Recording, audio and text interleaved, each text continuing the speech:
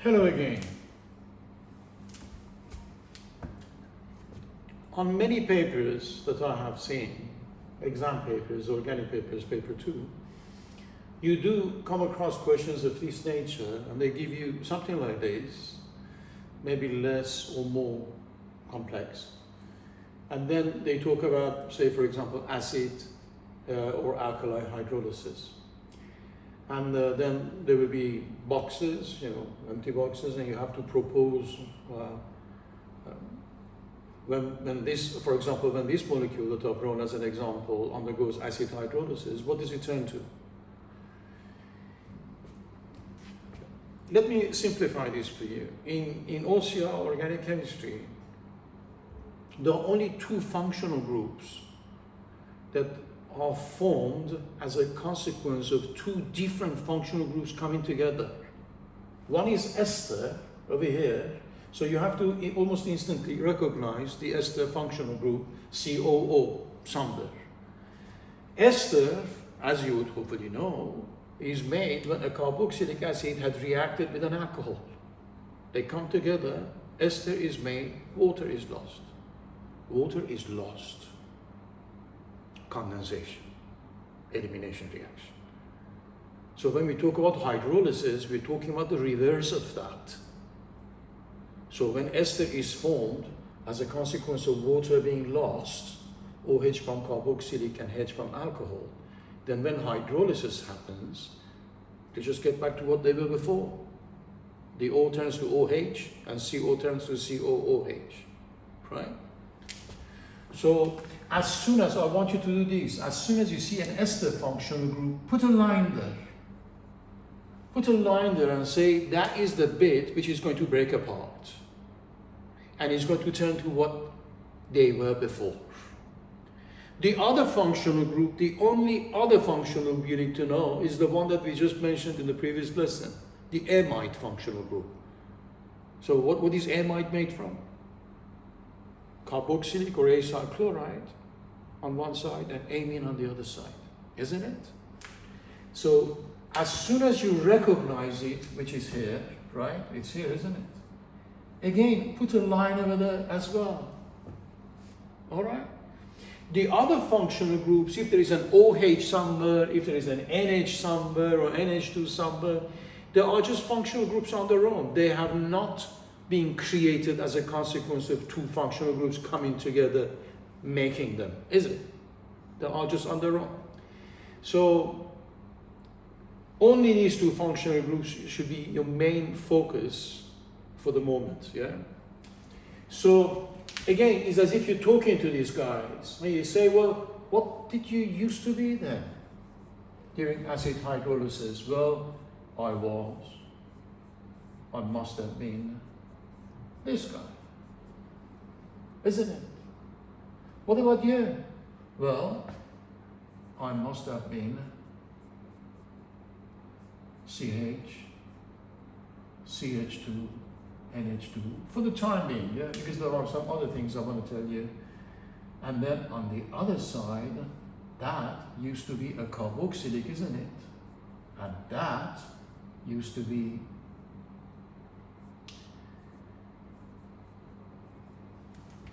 do you agree? So you've got this that came from the breakage of that. You've got all of this that came from this section over here.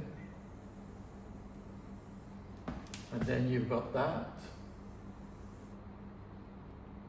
Now, so this would have given you 3 marks. You've successfully identified which bits have come together to make this guy. But remember, if they say this thing is being refluxed under acid hydrolysis, so the H plus ions is in the pot, then you have to be a little bit more careful. You ought to be thinking, if all of these 3 are in an acidic environment, for example, are there any functional groups here that would be affected by that?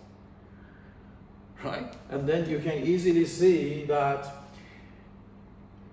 does the carboxylic acid get affected by presence of H+? No. I mean, this guy is already acidic. Why should acidic environment have any effect on it? So that will remain intact.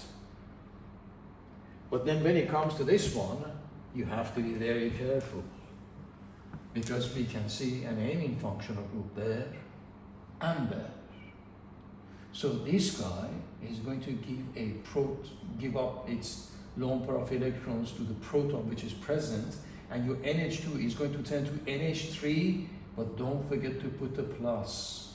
You don't put the plus, but you put NH3, you don't get any mark at all. It's best if you just put the NH2 with that, at least you get a mark. But if you put NH3 without a plus, then I'm afraid you may not get any mark at all. Reason is because nitrogen has lost a pair of electrons. To what? To a proton that has a positive charge. So it does form a gauge covalent bond with hydrogen, but don't forget the plus charge.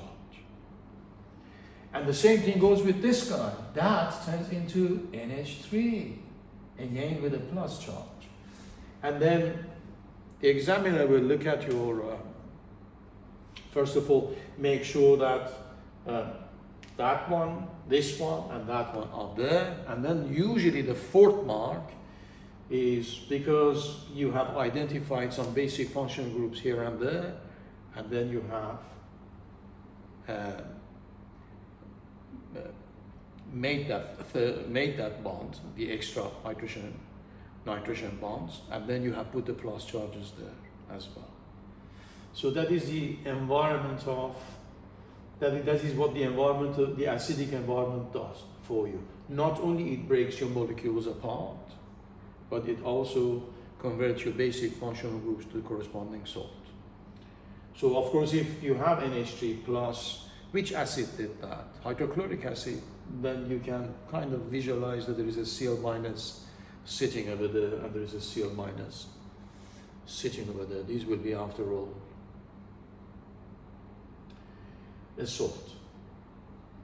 What else does it tell you? I mean, we just talked about condensation polymerization in the previous lesson.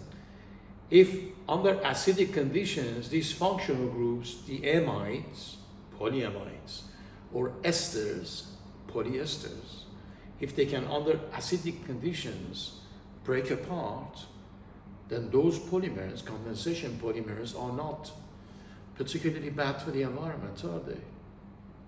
Because even if you put them in a landfill, say nylon for example, rain isn't particularly pure, it's mildly acidic, and over time they undergo hydrolysis and they break apart. Could the same thing happen with addition polymers? Absolutely not. They are bad news. Polyethylene, polypropylene, they are absolutely bad news. Rain, acidic rain, etc., will have no effect on them. So they will remain intact. And as a consequence, sometimes they use them,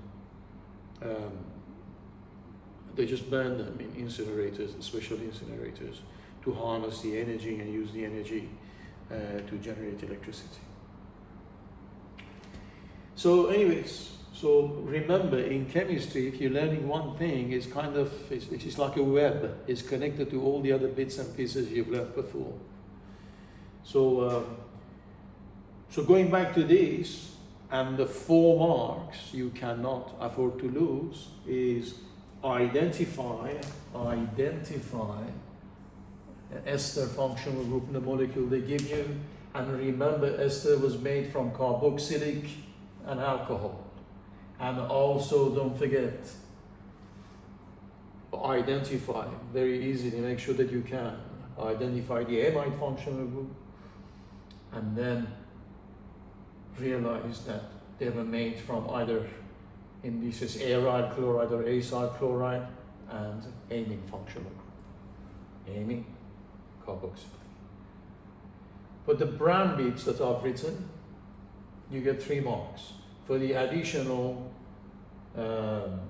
conversion of your amine into amide functional groups, you get the extra mark. Not bad, huh?